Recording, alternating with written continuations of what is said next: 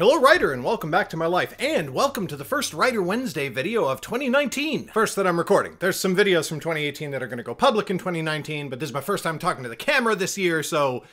Hi! It's Writer Wednesday, the day where I give you my best tips and advice on the art and the business of writing and tell you how to do what to do as an indie author. As per usual, today we're answering a question from one of my $5 patrons on Patreon, and today's question comes to us from Hayley Marsden, who asks, what are your thoughts on using big duality themes and conflicts, good versus evil, freedom versus security, and so on? Are they a must in science fiction and fantasy fiction? Thank you for the question, Hayley. So, are big themes a must in science fiction and fantasy? I wouldn't go so far as to say they're a must, so much as they're unavoidable. I made a video about theme in 2017 when I said that readers will always find unintentional themes in your work. But that doesn't mean you should just not worry about theme while you're writing. It means you should absolutely spend time thinking about and crafting the themes of your work. And in my opinion, which is just my opinion, let's not forget, the same holds true on big duality themes and conflicts. No matter how inane or inconsequential your story is, readers are going to be able to find big picture, huge duality themes and conflicts in the subtext. And so I think you need to be very intentional about these themes. Choose them carefully and work to craft them well with the rest of your story, even if it's just on a subtextual level. Now, speaking to another part of your question, it's very, very true that science fiction and fantasy usually have their big picture conflicts and themes right up front. It is considered more normal in our genres than in, say, literary fiction. And that is something you should consider when crafting your own narrative. It's very likely that your readers are going to expect your big picture conflict to be easily accessible and discernible on the page without a whole lot of extra interpretation. However, by bucking that trend, you can hope to create a unique and genre-bending reading experience by specifically avoiding the big picture conflict, at least on the surface. But even in these cases, there will be big picture conflict happening in the subtext. So I think you need to think about that aspect of your book and what your reader is likely to take away from it. It was actually hard for me to come up with examples of sci-fi or fantasy books that have done this well, specifically because these genres are usually so upfront about the big picture, but I eventually settled on Expendable by James Alan Gardner. Expendable, by the way, is one of my favorite sci-fi novels ever and always on my list of favorite books, period. Since it's January and we're all making resolutions right now, you should add this one to your reading list for the year. And Expendable also brings up a good point, that it's usually much easier to buck big picture themes in your A story when you're writing sci-fi than it is when you're writing fantasy. For the best fantasy example I can think of, off the top of my head, I'd say Whose Song Is Sung by Frank Schaeffer, but it's been a long time since I've read that book, so don't quote me. Anyway, in Expendable, the story is essentially just about a human being trying to survive a military mission that goes horribly awry and throws her into wildly difficult circumstances. And it's not some like big, sweeping, honorable military mission. She's not saving a race from extinction. She's not participating in a battle to decide the fate of humanity. She's just exploring a new planet. A planet that does not seem to want to be explored based on how it nearly kills her multiple times. However, there are definitely big picture themes and conflicts that you can read in the subtext, and they make the book a much more enjoyable experience for me. I think the reason you can't ever really escape big picture themes is that they're a common thread that runs throughout all of humanity. They're things we all think about and have opinions on, even if they're not something we deal with tangibly on a day-to-day basis. The way people think about good versus evil, freedom versus safety, survival versus altruism, progress versus preservation, and all the rest of it affect even the smallest decisions we make on a day-to-day basis. And as a writer who wants to create interesting and believable characters to inhabit your world, I think you need to take that into consideration, realize that the mindset of your characters is going to affect their development and the development of the plot, and be very deliberate and intentional about how big picture themes and conflicts are represented in your story,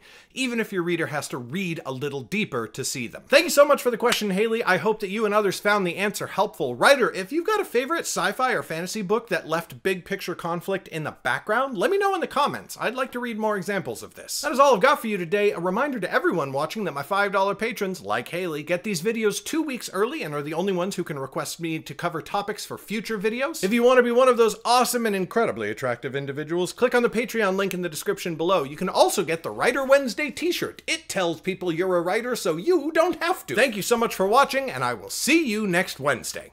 Bye!